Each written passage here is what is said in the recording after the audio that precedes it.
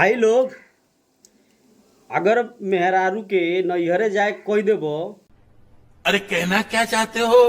तो बुझाई ओकरे कितना खुशी हो गई बा। आ 1 घंटा के बाद कह देबो कि तोके नैहरे नहीं जाएगा।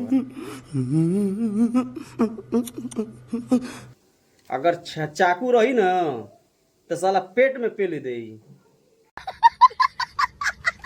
हाल हमर संगे भइल बा कहनी नाई रुक रिसिया के चोरी गई पिसान साना तनी क्या केहू करे। कितने तेजस्वी लोग हैं हमारे पास, कितने शानदार विचार रखते हैं। हाँ एने खाना बनाओ तनी क्या केहू करे। बड़ा बड़ा गोजन होता है। हाँ चलो बड़ा बड़हन समस्या बा का केहू करी।